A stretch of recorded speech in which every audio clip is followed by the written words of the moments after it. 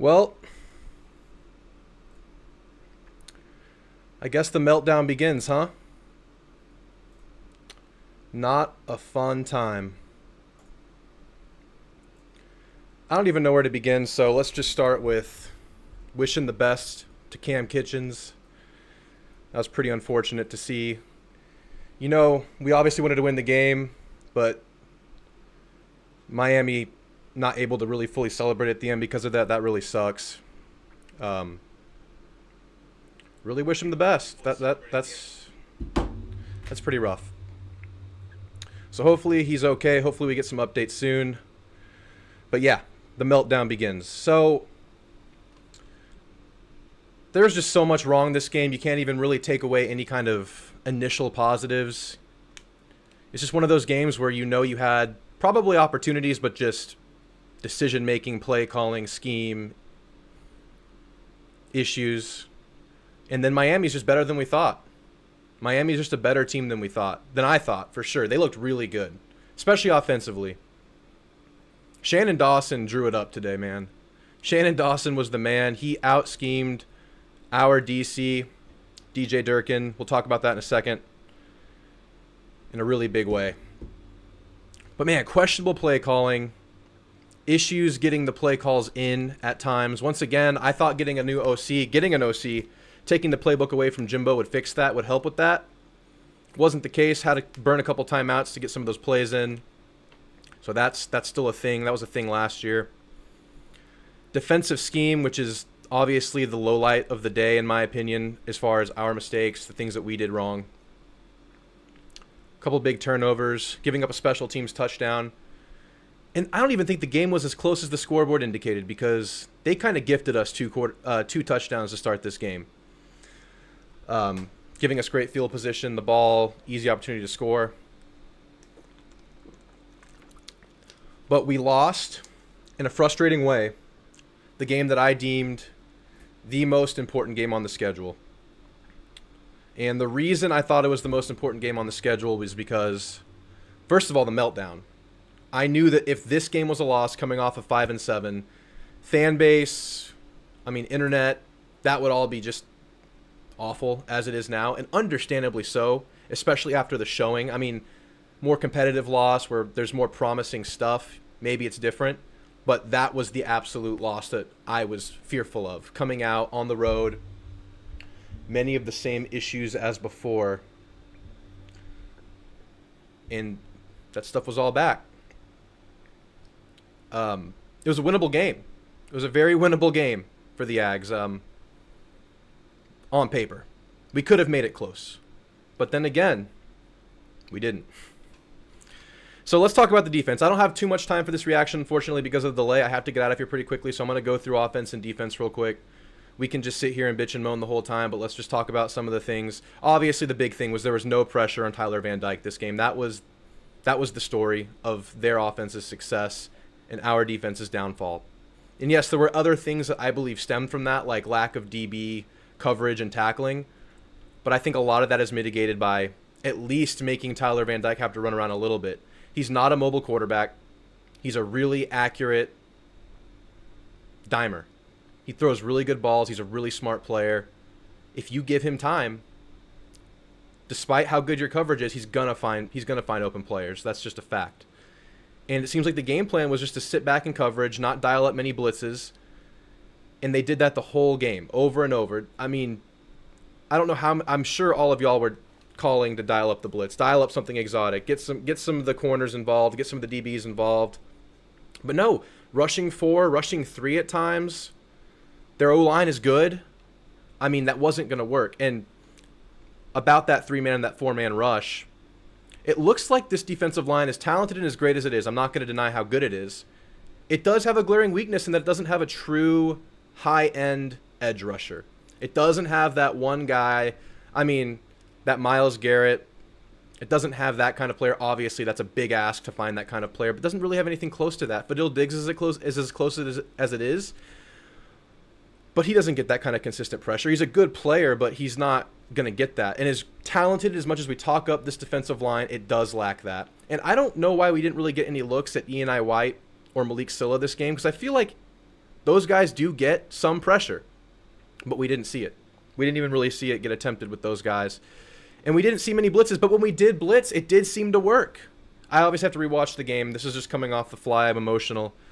But when we blitzed, it seemed like it worked, and we just chose not to blitz. We let that pocket quarterback, who's really good at being a pocket quarterback, sit back and make plays. And then, obviously, I think the DB play was subpar, but when you don't get pressure, it takes subpar down to bad, like real bad. So tackling was bad at the DB level. Coverage was bad at times. But it all stems from that lack of pass rush, in my opinion. I have to rewatch it. But it seemed like everybody had some bad plays on defense in that DB room. It wasn't just one guy. I mean, Damani got burned. Chappelle couldn't tackle. DeBerry couldn't tackle at times. I mean, a lot of problems there. A lot of problems. And I had said coming out of that first game, we gave up a lot of short stuff to New Mexico, but we were able to tackle really well to mitigate the damage there. This isn't New Mexico. These receivers are really good. They have really good skill positions. Miami's freaking good. I mean, I don't know. Maybe they're an 8-win team. Maybe they're a 10-win team. We don't know, but they looked better than you would think compared to how they were last year. I mean, how many points did we score total last year between the two of us? Under 40 something? I don't remember the score. Scored like 70 points this game combined. Different teams this year. But yeah, this D-line just seems like it's all either strong side guys, inside guys, hybrid guys, but no true edge rusher. And that, that showed. And when you don't dial up a blitz, that really shows. Now, a couple positives. I guess I'll throw them out there. We'll talk about positives, I guess. Should I? I feel like the run stop was better, especially considering it was such a glaring issue last year. The interior D linemen look really good at stopping the run, occupying offensive linemen. And they were good at that. And the linebackers were great at fitting the gap tonight. Torrin York looked really good, although I thought I saw him limping around out there. Y'all tell me. I don't know. Did y'all notice that? I thought Torrin was nicked up at the end of the game. Still played through it. Cooper looked good in stopping the run. I think everybody was deficient in stopping the pass. But yeah, that was the positive. Better at stopping the run. Offensively, I thought Connor was fine. He had to settle into the game, got better in the second half, but obviously they were backing off, doing some sagging coverage later in the game. He was able to find some receivers. But the game plan, I mean, it worked. It was obviously a run-heavy, 2 tight end game plan. Get Amari Daniels involved. And it worked. It was getting you 4 or 5 yards per carry. But it was surprising, right? I mean, coming out of... Oh, first of all, not even taking New Mexico into account, you would think coming into this season that this offense wants to air it out, get their receivers out there, get them involved, throw up some jump balls to your 6'6" guy. I don't think he got a reception until the second half, Noah Thomas. They weren't really taking chances down the field, which was surprising. There were some issues slipping on the floor, on the ground, because it had rained earlier. We had these issues. They did not. Is that an equipment problem? I don't know, but it resulted in an interception where Aniyah Smith slipped on a cut. It would have been a great ball, but, yeah.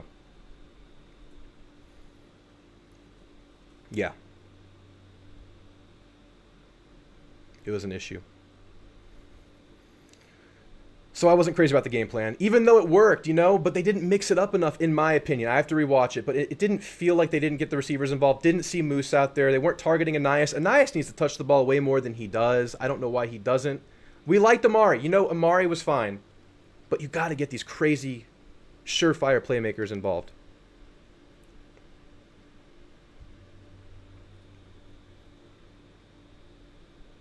I think the tight ends, talking positive, looked better today. We played them a lot. They got a good sample size. They got a good serving. They blocked a little better. Max Wright getting involved in the receiving game. Jake Johnson catching that crazy tip ball. But yeah, man. That was not the game plan I would have thought we would have drawn up. But really, I mean, did the team look ready to y'all coming out of the gates? It looked a little sluggish, and I get there was a delay. And obviously, I'm going to nitpick because we lost and it feels bad. But, yes. Yes, corner blitzes did affect it. And they were blitzing. They were daring Connor to make a decision under duress. He didn't have time to get the ball deep. I get that. They were giving him some good looks, which I wish that we would have tried to do more against them. It's a really good point, Cody. Swift, you're actually right. Y'all gifted us a couple touchdowns early, though I think we could have made it closer than that score you threw down right there. Y'all still should have won the game without that. I mean, yeah, for sure. It's just hard to slice up a way Ags could have won this game the way they came out, the game plan, especially that defensive game plan, man. That's what's going to sting. So moving forward, obviously I'm going to look at the video. I'm going to rewatch the game. We're going to go back through and look through this thing. Going forward, how do you feel about the Auburn game now? I mean, after losing to Miami, and Miami's good, but it doesn't get easier than that. I mean, it's going to get harder. Miami's good, but I don't think we were really that close to winning. Right? I mean, were we? I don't think we were. Although there were opportunities, we didn't capitalize on any of them. We were gifted some scores. So, yeah. How does it feel going against Arkansas, Alabama at home? How much can they improve from that showing to the next? You can't blame youth anymore. You can't blame lack of experience.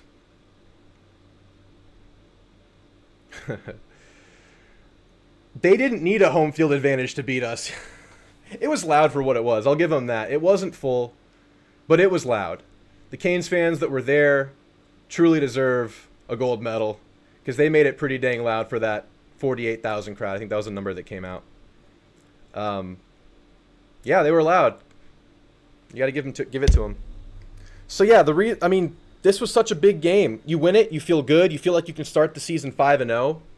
We're really glad we get another G5 school next week in Monroe to get things, back on the same page, hopefully. But man, it's a lot of the same stuff from last year, man. A lot of the same stuff. O-line did look better. Did y'all think it looked better? I think it looked more. It wasn't great, but it wasn't disastrous. Did y'all think the O-line looked a little better? I thought it looked passable compared to last year. Not the leap we would have wished, but passable. Hopefully can build on it. But yeah, man, I don't know how I feel going forward now. I don't know how I feel going forward. That was the big thing about this game. It's your measuring stick. It tells you what you are. It sets the tone for the year. You have everything's still on the table, but everything was still on the table after App State last year, right? Not comparing the games, just saying. Yeah, man, I mean, what do y'all think? Do we beat Auburn? Do we beat Arkansas? I mean, are we put in the chat? Are we 2-0 in that game? Are we 1-1 in those two games? Or are we 0-2? Because right now it feels like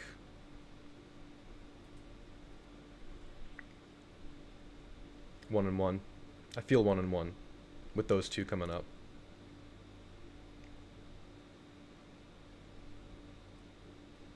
Supreme Girth says we go 2-0 in those.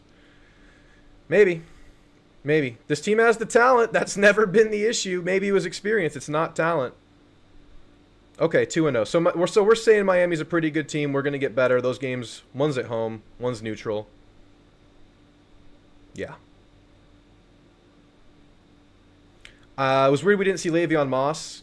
I feel like he showed enough last year to be given a look in a big game, but I don't know what happened at fall camp. I don't know what's going on there.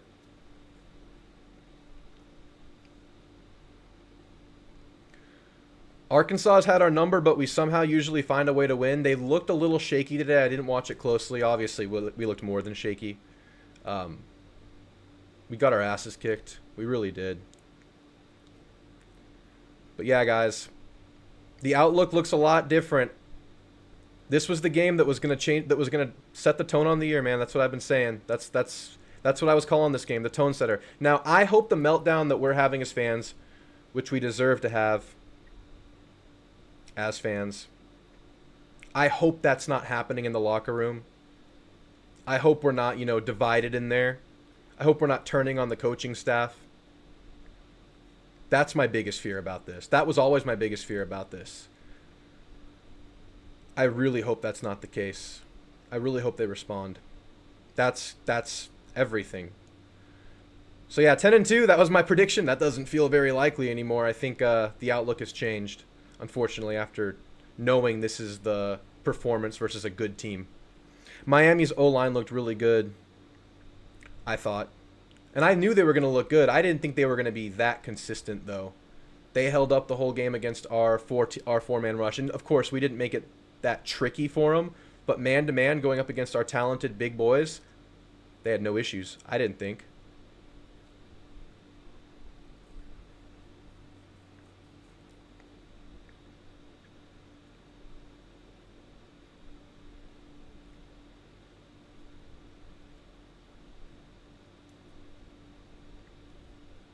I don't know, man.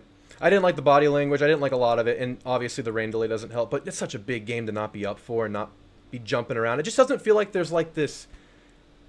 I mean, I'm not big on like raw stuff or like the huddle jumping around or like the big strength and conditioning guy getting the team worked up. But we don't see a lot of that with this program under Jimbo, do we? We don't see a lot of that pregame hype unity stuff.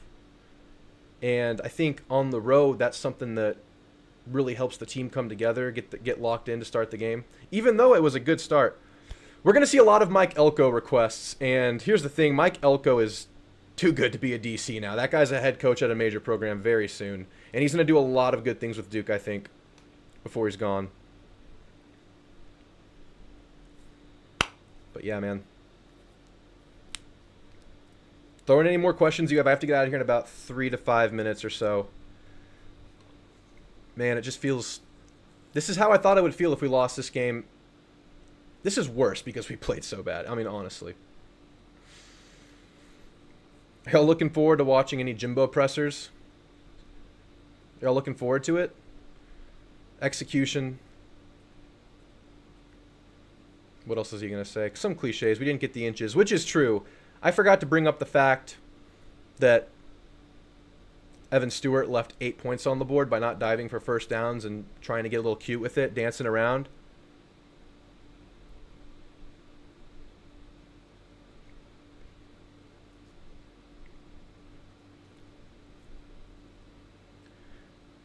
I really hated that from Evan. I know he has all the talent in the world, and he knows that, and his instincts are to make the play, but sometimes you got to take what's given. And I tweeted, I joked, Jimbo throws a lot of cliches, but he's right that this is a game of inches.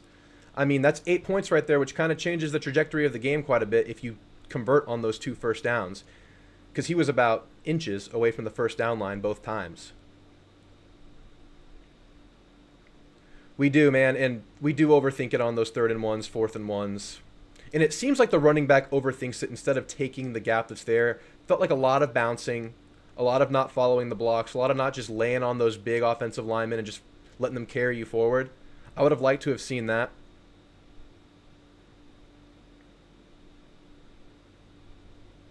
And I really liked it when the offense got, as usual, I feel like I've said this after at least 4 losses in the last 2 years, at least, that when we were behind and we started playing catch up, hurry up, airing it out, the offense looks better when you're not thinking and you're moving and you're just throwing the ball deep. And of course, like I said, they're backing off a little bit later in the game, but the offense just feels more secure. There was more protection, obviously less blitzing at that point, but it just feels like that's what the offense was suited better to do. Interesting game plan going for that power run. What surprised me about Miami? Just the sheer speed, the sheer athleticism of your playmakers. That was staggering. I mean, I would say some of those receivers are faster than most of our DBs. I don't think we have any like speedsters or like athletic freaks at corner. Maybe Javen Thomas, but he's still working his way into it. He's a true freshman. He got burned when he played. He didn't play the rest of the game. We saw a lot of Jacoby Matthews this game. Damani got burned again. It's weird about Damani, man. Such high hopes as a true freshman, to just kind of not really take that leap ever. And Damani seems to be the guy that takes the eye candy, you know, gets faked out pretty easily, takes deception and overreacts to things and gets burned. Yep, that Aniyah Smith slip was a big deal. Very major swing. That was a great tackle on that. I think it was a 3rd and 1 where Amari bounced it out. Another one of those situations where they're bouncing and they should just be following their blockers, just laying on those big guys in the 3rd and 1 situations. And that, I don't know who hit him, but just an absolute perfect tackle, helmet on the ball goes flying, turnover there in the red zone.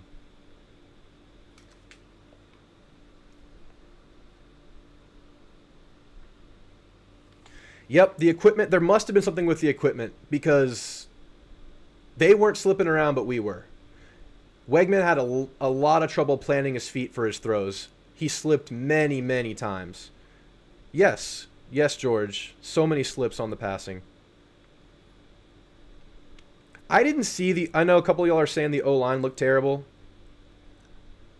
On my first watch, I don't get that feeling. I don't think they were great. I didn't think they were the reason we lost, but I'm going to take another look at it, and I'll let you know on Monday. I'm going to try to release this video tomorrow night because I want to look at it already, and I want to get it done faster for y'all. And hopefully y'all can see my full reaction tomorrow night.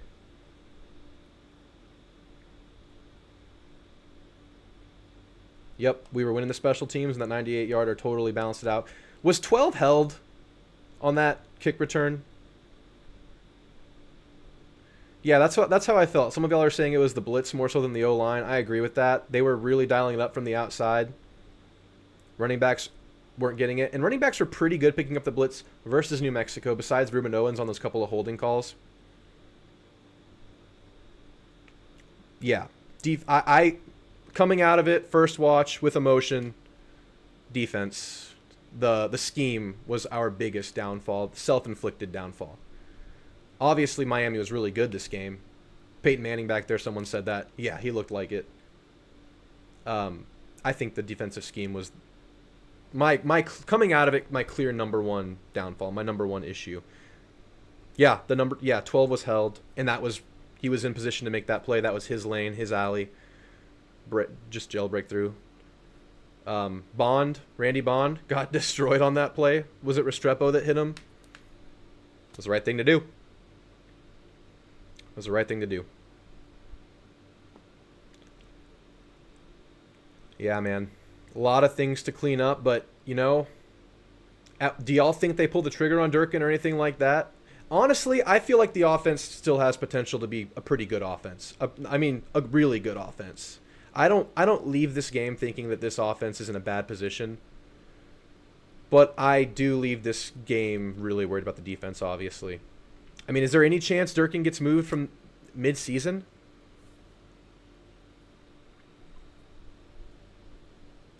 Yeah, 12 was held. There's missed calls on both sides of every game. That's true. Durkin was our biggest weakness. Yeah. Yep, that's what it felt like. I mean, the DBs did not play a good game, but they would have been a lot better if they had a pass rush or some kind of cool blitz. Any kind of cool blitzing. Well, guys, yeah, some misdirections would have been nice. A lot of just power runs. A lot of running backs thinking it's time to bounce when it wasn't. I haven't said much about the full tenure of Durkin, but because it's only been a year and 2 games, but it was in his second year at Ole Miss where he was able to really find out what he was doing with his defense, and that clearly has not been established here at A&M yet. So yeah, the season's not over, that's correct. Everything's still ahead of us. We still have everything on the table, but everything just feels more bitter now. Everything feels like it's going to be desperation mode. It feels like we're going to be in a lot of grinders of games. We're going to need some heart medication.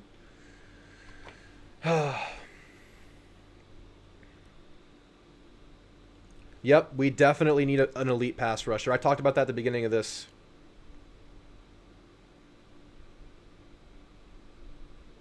Yep, corner blitz needed to get picked up. It wasn't.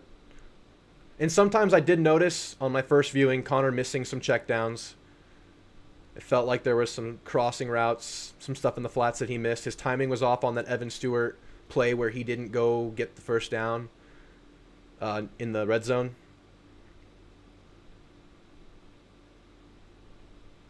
But yeah, guys, I'm going to have to get out of here because the game started late. I got a place I got to go to. But thank you guys very much for being here. I'm going to try to get a video out tomorrow night after I rewatch the game tomorrow morning. I'm going to do it so you don't have to, even though I know you freaks are going to do it. Y'all love Aggie football just like I do. Thanks, guys. Gig 'em.